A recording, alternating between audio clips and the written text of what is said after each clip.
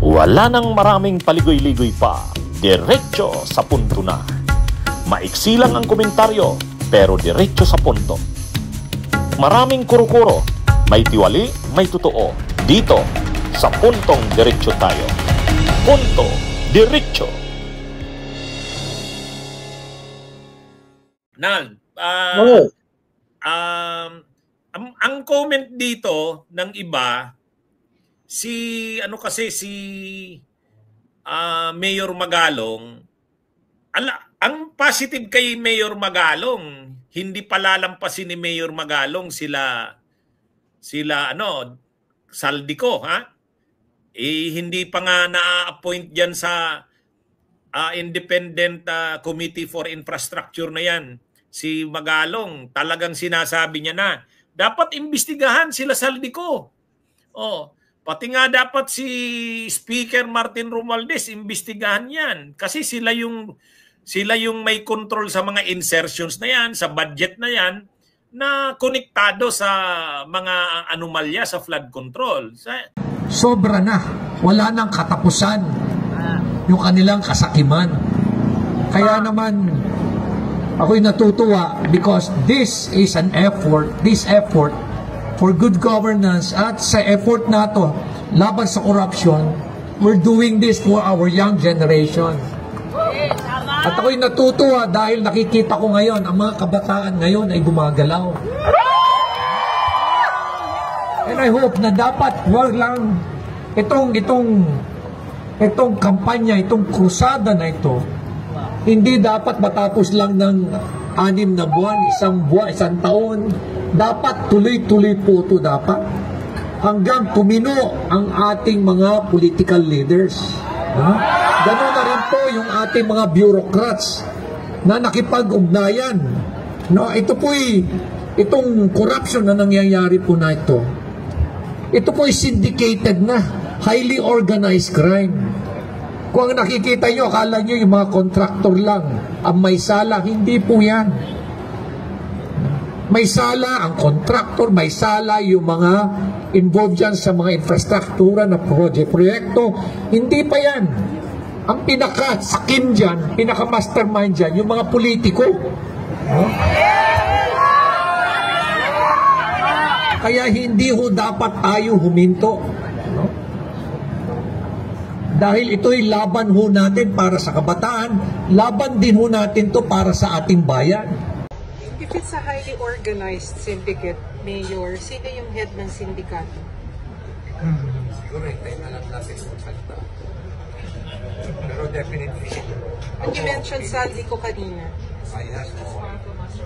Isa sa mga kanya, isa sa mga figures.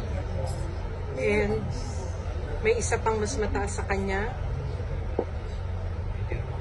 Hindi naman gagalaw yung siyempre hindi naman gagalaw yung walang pahintulot yung mas mataas na kanya. Tamang inference ng publiko. Tamang inference ng publiko na kung sino yung mas mataas sa kanya. May nagbigay ng basbas. Kaya ibig sabihin, kung dahil nandyan si Magalong, so asahan natin na medyo pagdating kila Romualdez sa kila Saldico, hindi hahayaan ni Magalong yan. A-advisean niya bilang advisor ng independent commission na yan, a-advisean niya na dapat imbestigahan din yung sila Saldico. Lalo na yung mga kumpanya ni Saldico, Sunwest, Hightone, parang hindi masyadong napupuruhan yung mga Sunwest sa Hightone. Samantalang ang lalaki niyan na mga kumpanya. Pero ang problema naman ang observation naman, pagdating naman sa Duterte, baka may mga agam-agam kay Mayor Magalong parang malambot sa Duterte. Ano ba? Ano bang tingin mo? Lately ay hindi naman nagsasalita si Magalong tungkol diyan.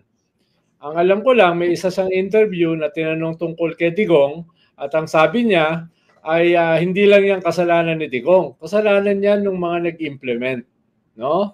Of course, binanata natin siya ron. Pinitik-pitik natin siya ron.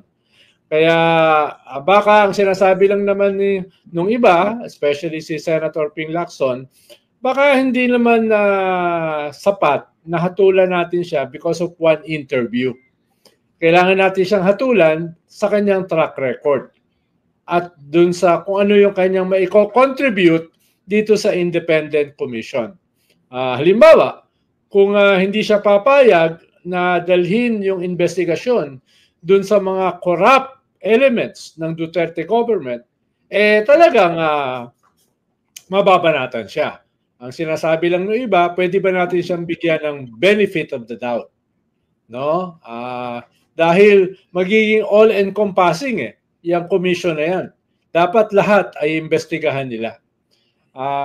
Sa simulang makakita tayo ng ebidensya na tumututol siya na imbestigahan lahat, no? Ay tingin ko, he will reap the whirlwind. Dahil nagigising ngayon yung mga tao Hindi lamang sa korupsyon sa kasalukuyang gobyerno, kung hindi pati sa mga previous governments. Kaya yan yung magiging mandate ng Independent Commission. Kaya tingin ko ay kung bibigyan natin sa benefit of the doubt, posible na siya ay mag-scale up. Oo, saka maayos naman ang relasyon ni Mayor Magalong at saka ni ni Senator Ping Lacson, yung magkasanggang dikit yan kahit sa hindi lang dahil pareho sila may background sa military, sa PNP, pero kahit yung mga pagtingin sa mga issue na yan tungkol sa mga korupsyon, magkaano ang dalawa. So magko-complement yung Senate Blue Ribbon Committee at saka yung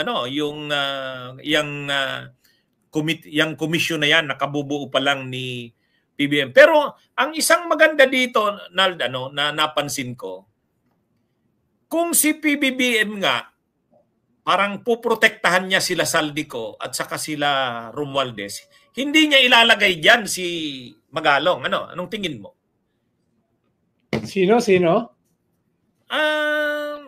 Kumbaga ako, pwede kong sabihin na kasi ang issue, pinoprotektahan ba ni PBBM sila Saldico at saka si Romualdez? The fact na linagay niya dyan si Magalong at si Magalong ay very vocal, nakakritiko nila Romualdez at saka ni... That's a clear political statement. Oo. Mukhang tutol. Naglabas na ng press release si Saldico a few days ago o last week na bakit kino-consider si Magalong? Meron na siyang judgment kung sino ang corrupt, kung sino ang guilty. Diba? Yun yung sinabi niya. Kaya the very fact na nilagay pa rin siya dyan is a clear political statement. Bunyog, halikan na kasama ka. Bunyog, kapag buklod ay may pag-asa. Luzon, Visayas, Mindanao, isa ang pananaw. Sa bagong Pilipinas ang bunyog isisigaw. Bunyog.